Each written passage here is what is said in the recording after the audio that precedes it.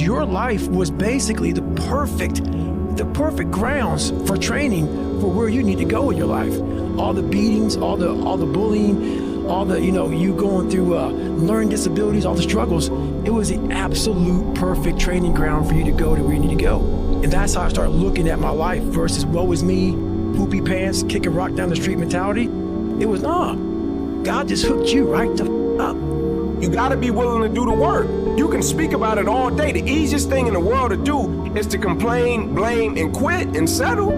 That's the easiest thing in the world to do. But it takes real work to deconstruct and to reconstruct the thought process and the mindset of an individual when they're trying to change something. That's why I always say to people, what's more important, what we acquire or who we become? Right? What's more important, what we acquire or who we become? Materialistic, superficial, it's cool. But the people that we become, the thoughts we think, the words we speak, that's something that's going to travel with us forever. That's the real message. The real message is we all started from nowhere. I mean, we all had bullshit jobs. We all felt like losers. But through time and effort, you build a stronger human. You build a stronger body. You build a stronger mind. You build accomplishments and will and momentum. And then you look back and you go, hey man, I'm not washing tables anymore. I'm not washing dishes. I'm not cutting lawns. I'm not digging ditches. I'm a different person now, but I used to be. It don't matter how much it feel like it ain't gonna work. Delusion. Complete delusion. You gotta believe the delusion. Because it's only delusional until it works. So is it really delusional? A motherfucker only gonna call it delusion until it don't work for nobody else to see, but for the whole world to see. And then once the world see it, there's nothing delusional about it. Now your delusion becomes, oh, he was a genius. We didn't see it when he saw it. We didn't understand it when he did. We thought this motherfucker was crazy. But he definitely always figured this thing was the thing to do, and he stuck by that shit. If you want to know something about yourself, sit on your bed one night and say to yourself, you got to mean this, you got to be desperate. This is no game, this. My life is not everything I want it to be, and perhaps it's not everything that I need it to be. And by need, I mean my life is so unbearable that the suffering that's attendant upon that is make me nihilistic, cynical, bitter, prone to punish people for their virtues because of my jealousy, driving the proclivity to see evil everywhere except within my own heart. These are problems, man. You ask yourself, you sit on the bed and say, okay, man, I'm ready to learn something. What's one thing I'm doing wrong that I know I'm doing wrong that I could fix, that I would fix? It's you meditate on that, you'll get an answer. And it won't be one you want, but it'll be the necessary one. Hey, I know to win I have to practice this, right? Because a lot of people get wrapped up in this dark energy and they get so consumed with it that they forget what it is that makes them great at what they do. So they forget their skill set. They forget they got to put in the reps. You have to delineate. I'm taking energy from here and I'm going to do this productive action over here because it's moving me forward. You can't just pout and scream and kick your fists and say it's not f***ing fair, because guess what? It isn't f***ing fair. It's never gonna be fair. It's never been fair, and you screaming and throwing a tantrum about it is irrelevant. No one cares. The world doesn't care, God doesn't care, your family doesn't care. It's not f***ing fair, motherfucker. Get that through your brain, okay? Now, take all of the negative shit, all the shit your parents said, all the your cousin said, all that your friends and family said, all the laughter, all the doubts, all the eye rolls, all the shit your girlfriend said, and start to remember that shit. Don't memory hole it in some place and forget about it and say, oh, my trauma. No, say, hey, fuck you for not believing me. Now I'm gonna go out, I'm gonna use this energy to become so big, so successful, so powerful, so undeniable that when I walk in the room, you look at the floor. That's what you wanna be. And then they want to change their life. Then they want to watch you tomorrow. And then they want to watch you when they're at lunch break. They want to watch you there taking a shit. It literally can change a person's life through that, because we need each other. I mean, it's one more piece of evidence that we need each other and that we have this sort of very strange, loose-fitted community of all human beings together.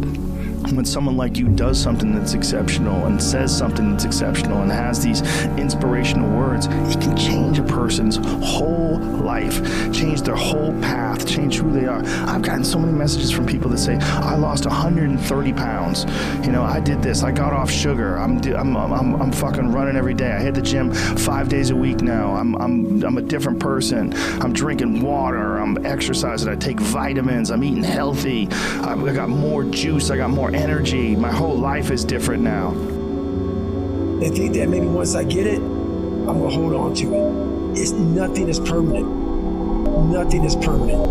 And a lot of times you have to learn to perform without motivation. And that's what people think. They think I need to have this motivation to work out, to study, to be better. So if they don't have it, they just don't fucking do it. And that's where you fail. You have to learn to train your mind well beyond motivation. If you have motivation, that's great. That's some kindling to the fire. All it takes is a little bit of fucking spark, you can burn a whole forest up. But motivation, you have to learn to exist without it. You have to learn to be, you have to be your best self when you're least motivated. You're honestly, and that's not me trying to be some after school special shit. I know there's a whole bunch of people with that right there. That fires me up. My biggest fear, honestly, was, let's say this. Let's say I don't care if you believe in God or not. I don't care. So let's just play a game with me. Let's say you're God, and we have a big, long line of people. And I made it to heaven. I'm 75 years old. I'm 300 pounds. I made it to heaven. I worked for Ecolab my entire life, spraying for cockroaches. That's what I did. I see my name. I see all the, and God goes, "Hey, you say, read this, man." And I'm reading this list, and I'm seeing 182 pounds, Navy SEAL, Ranger School, motivational speaker, changing lives. Okay, man, pull up record, all this shit. And I'm like, that's not me, man. And God looks at me and says, that's who you were supposed to be. At some point, everything's gonna go south on you. Everything's gonna go south, and you're gonna say, this is it. This is how I end. Now you can either accept that, or you can get to work. That's all it is. You just begin. You do the math, you solve one problem, and you solve the next one. I'm a big believer that you should only listen to somebody or take advice from people who have bigger dreams for your life than you do. And I think most people don't have bigger dreams for you, which just means that for me, like, their advice is invalid. I think that, like, in the dark times that you will inevitably have in life, like, having someone who believes in you is just everything. It can be everything. What makes it hard is your lack of belief that it can happen for you. The fact of it is, though, it's very doable. See, but you got to change. You keep doing what you've been doing. You're going to keep getting what you've been getting. So if you're at a place in your life and you ain't happy with it, you have to change some things. But you have to make a conscientious decision that you're going to change. And you're going to fail, and you're going to fail, and then you're going to win. And that's life. Life without those challenges, it's just existence. Don't just exist. Go live.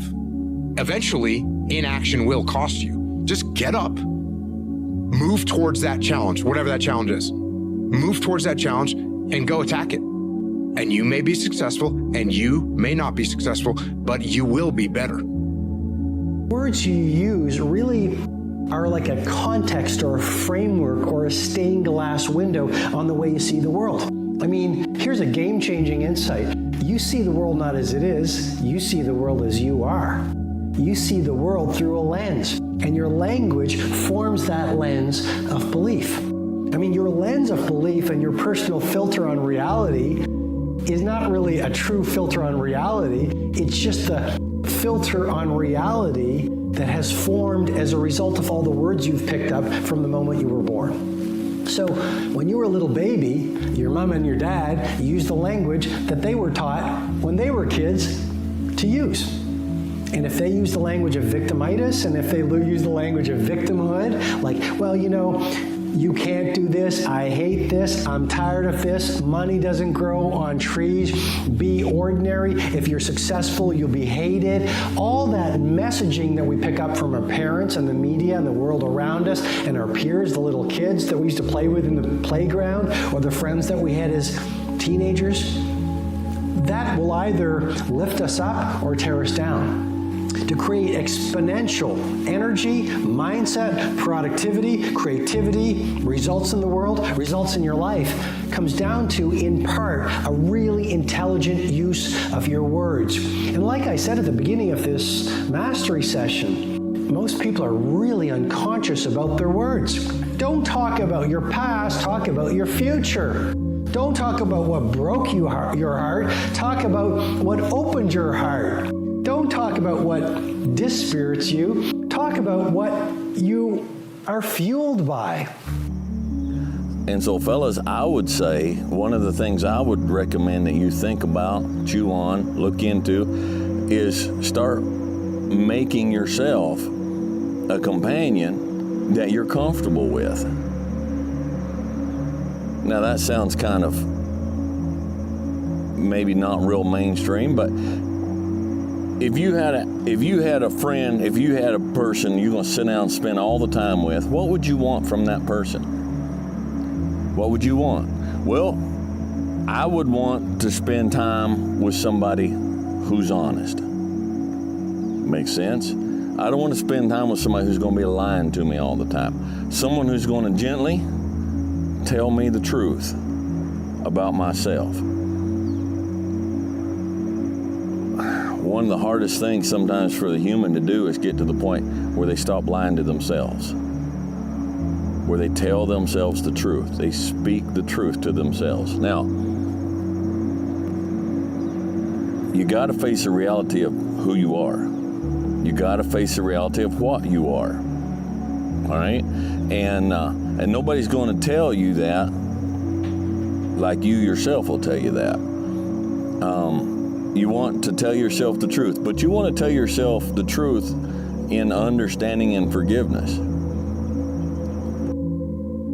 Perfection does not exist. I do firmly stand on that and believe that. Absolutely. It doesn't exist, man. You should try your hardest, get things right in moments where you got them wrong, figure out how to never get them wrong again. That's the world of compromise. That's the world of growth. That's the road of evolvement. Everything worthwhile is uphill. And today's word is uphill. You see, every dream that you've ever had, it's all uphill. If you have a great relationship with somebody, you had to work on it. It's uphill. If you build a wonderful business, guess what? It was uphill. If you've made the right decisions, they're not easy, are they? It's uphill. And the only way that you can go uphill is to be intentional. Nobody ever accidentally went uphill. You've never talked to a successful person and said, how did you get to the top of the mountain? And then look at you and say, I have no idea. If they're at the top of the mountain, they know how they got there. Because they had to have effort. It took energy. It took time. Everything worthwhile. Everything worthwhile. When you talk about gossip and you talk about bad news and you talk about comparison and judgment and anxiety and stress, that feeds in a community of other people that speak in the same language. So you want to shift your language and start thinking more positively. And if you feel like you aren't deserving of a loving relationship, a loving partner, you're most likely going to attract the wrong type of people in your life. And if you're focusing on how much money you don't have in your life right now or how your business could fail, you're not going to be able to focus your energy on the right clients or the products that will take your business to the next level or the skills you need to develop to help you grow. Now, your thoughts dictate your actions and where your energy goes. So you want to be thinking about, what can I do to replace these negative thoughts, the anxiousness or the fear? How can I replace it so my energy can go in a more positive direction? And again, where you put your energy into is what you attract. So if you're thinking negative thoughts all day long, you're probably going to attract that. If you're thinking gratitude and positive thoughts, you'll start to see that show up differently. All that you feel, all that you're carrying, all that you've seen, all that you've heard, all that you've been exposed to, all of those experiences, they are all very, very real. You may not be telling people about them, but you're thinking about them, you're carrying it, processing, triggered by it. It's all still there. Do yourself a favor. Deal was already made. Deal was made. When I set out at the beginning of the summer and said, this is the training plan I'm doing, I signed that contract with myself, doing it. You know, throughout that process, you'll start talking to yourself like, man, I think I need to, maybe if we, nope. The way I'm going to explain this to you, I come up with sitting in a restaurant. I remember it was at a Holiday Inn restaurant. It was at Dixie and just south of the 401 highway in Toronto. A man asked me if I would meet with him. He had a problem, and I was going to show him how we could solve the problem. And he explained it, so I took a pen and some paper. And what I'm going to show you here is essentially what I showed him. Now, look at this for a moment. There is the process you go through when you're in a risk-taking vibration. You go from bondage to reason, to the terror barrier, and then to freedom. You go from bondage to reason, to the terror barrier, and then to freedom.